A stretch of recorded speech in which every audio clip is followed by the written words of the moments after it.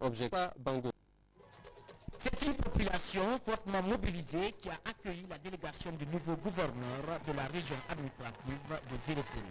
À la place publique de Lola Centre, Bossou et Léni, c'est au rythme des folklores des tiroirs que l'hôte de marque et sa suite ont eu un bain de foule digne de l'événement. Remise de cola traditionnelle par les sages, le préfet de Lola et les sous-préfets des communes rurales visités ont tour à tour souhaité la bienvenue à la délégation et manifesté tout le soutien que les populations accordent au programme de société du chef de l'État. Ils ont ensuite apprécié tous les appuis dont bénéficient les populations grâce aux initiatives du professeur Alpha Condé. À cette grande population d'accompagner le projet de société initié par le professeur Alpha Condé au bénéfice de l'ensemble du peuple. Si je voudrais demander à la population de Bossou, aux jeunes, aux femmes, de s'investir efficacement dans la constitution des associations et des groupements parce qu'il y a de très fortes programmes en somme d'argent au compte des jeunes et des femmes. Il faudrait que Bossou ait l'opportunité d'avoir ces fonds pour contribuer au développement de Bossou. À la grande mosquée de Lola, le gouverneur de région a procédé à la remise provisoire du fourrage exécuté par le SNAP aux notables. Avec les cadres, il a demandé la cohésion, le respect de la hiérarchie, la bonne collaboration avec les services de défense et de sécurité. En Guinée, l'initiative de faire porter des uniformes aux préfets et gouverneurs de région suscite la confusion chez certains citoyens.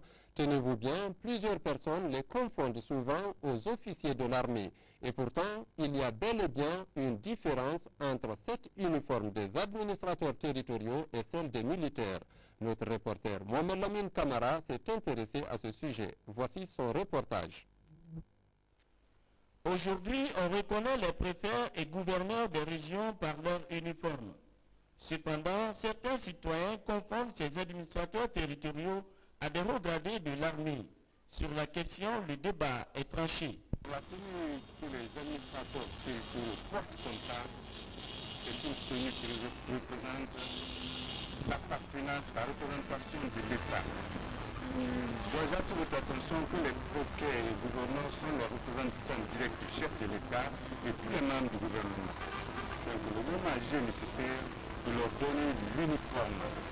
Et cet uniforme, je pense qu'en voyant ces préfets chez le gouvernement, parce que c'est les militaires qui passent. Il y a une différence.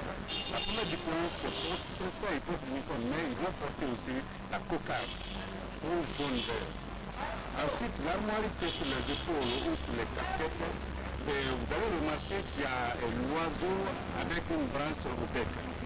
Tandis que l'armoire militaire, il y a non seulement l'oiseau, mais il y a le couteau, le sabre et le fusil.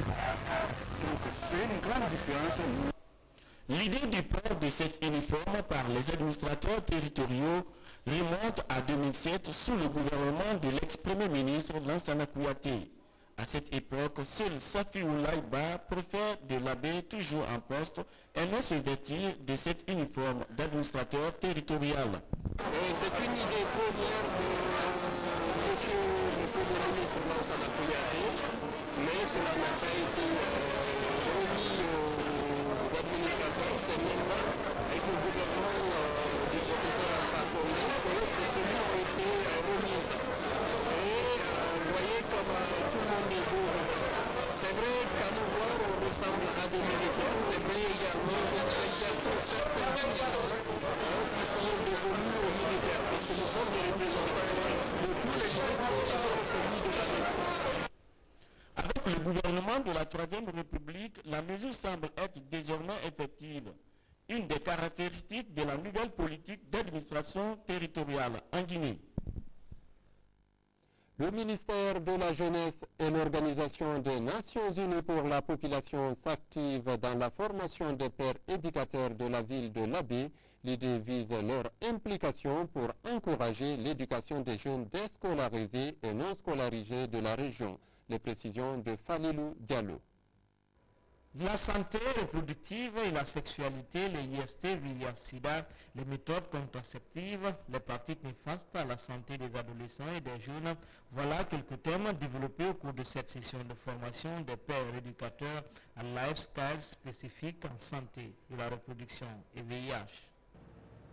Vous savez, dès qu'on pose la question aux jeunes, quelles sont vos préoccupations, c'est souvent la réponse est l'éducation, c'est l'emploi. Mais le côté santé sexuelle et reproductive est souvent occupé par vous-même les jeunes. Et alors que lorsque un jeune qui a envie d'avoir une bonne formation, un bon emploi, a une maladie, cette maladie va freiner ou l'empêcher d'atteindre ses objectifs. Nous avons estimé que pour que vous soyez des vrais acteurs, il faut avoir le minimum d'informations, de formation, aussi des compétences et des capacités pour pouvoir le faire. À travers les séances de simulation, les travaux de groupe et les séances plénières, certains pères éducateurs semblent être bien outillés pour la réalisation des activités de communication pour le changement de comportement dans les localités. Nous engageons à restituer fidèlement cet atelier auprès de nos différentes cibles, sensibiliser nos pères pour l'adoption d'un comportement responsable, la mise en œuvre de notre plan d'action ici élaboré, remonter périodiquement les rapports d'activité au ministère et aux partenaires. C'est vrai que nous sommes des pères d'éducation, nous avons reçu, nous avons déjà quelques notions sur les IST et SIDA. Mais je pense que cette formation nous a permis de plus renforcer ces expériences afin qu'on puisse vraiment restituer ce que nous avons appris au niveau de notre père. Durant leur formation, ces pères éducateurs ont animé le journal Diamant et le journal de l'atelier et s'engagent à restituer les connaissances acquises auprès des autres pères éducateurs.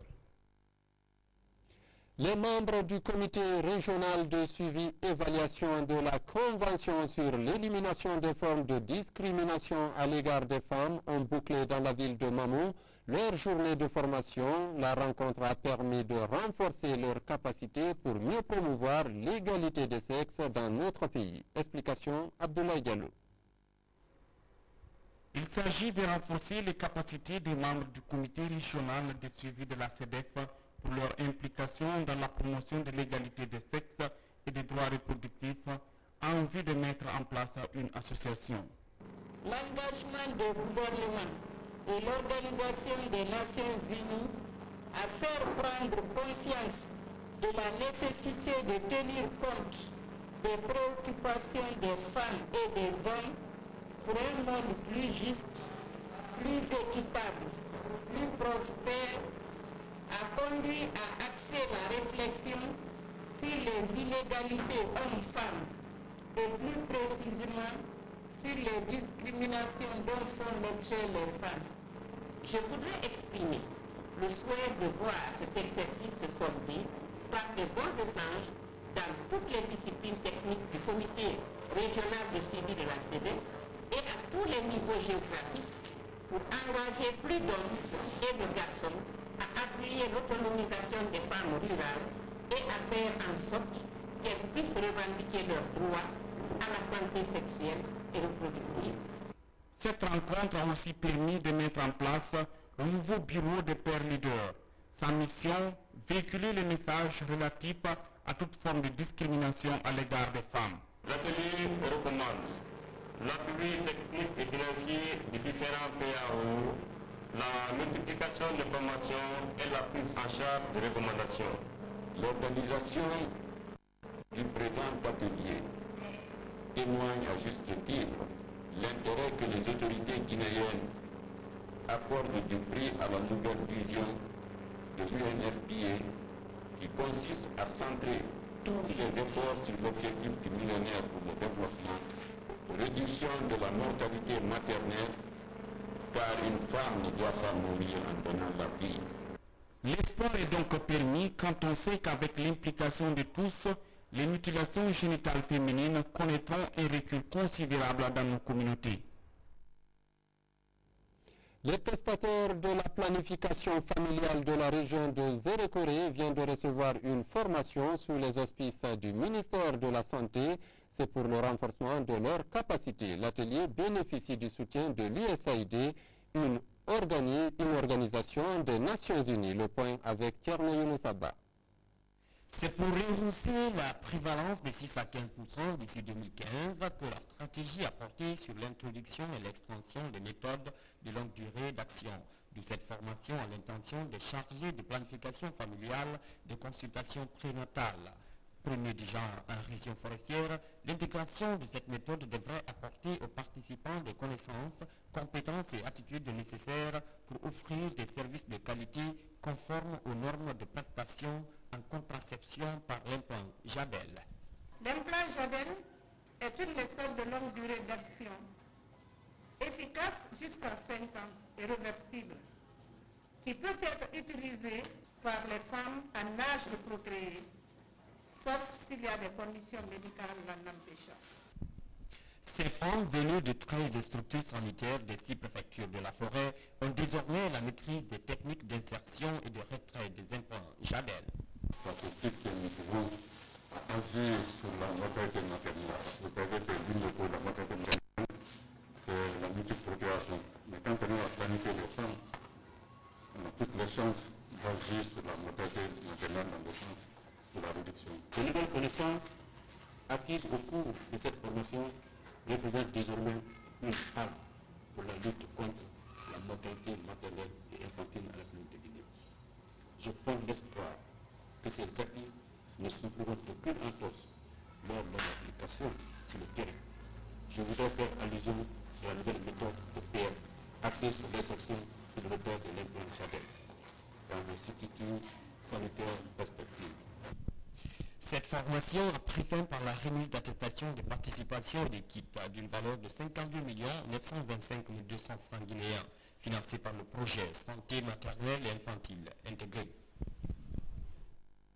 Le programme des Nations Unies pour le développement PNUD vient d'offrir des matériels de saponification et des kits informatiques à l'Association guinéenne des veuves infectées par le VIH-Sida, ce dont vise à renforcer les capacités de cette association en vue d'un meilleur développement de leur activité génératrice de revenus.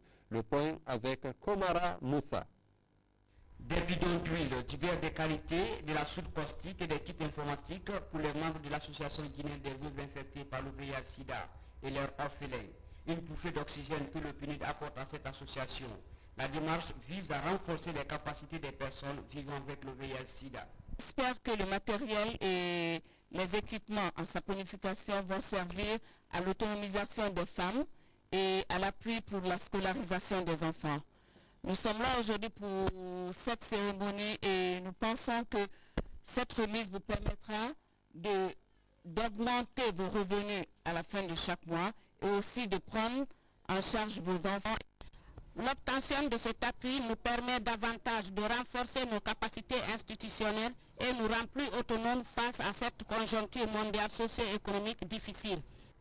Créée en 2007, cette association intervient dans plusieurs domaines, notamment la prévention des IST, VIH-Sida, la scolarisation et l'insertion socio-professionnelle des orphelins, enfants vulnérables et la saponification. Elle souhaite bénéficier des voyages d'échange, d'expériences auprès des associations sous-régionales en vue de renforcer sa capacité pour un meilleur développement de ses activités génératrices de revenus.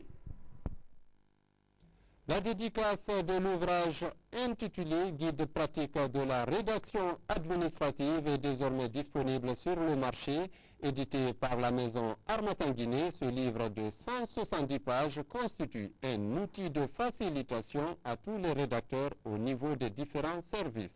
Alareniba nous présente ce document. Suivez. Cette dédicace du livre de Alassane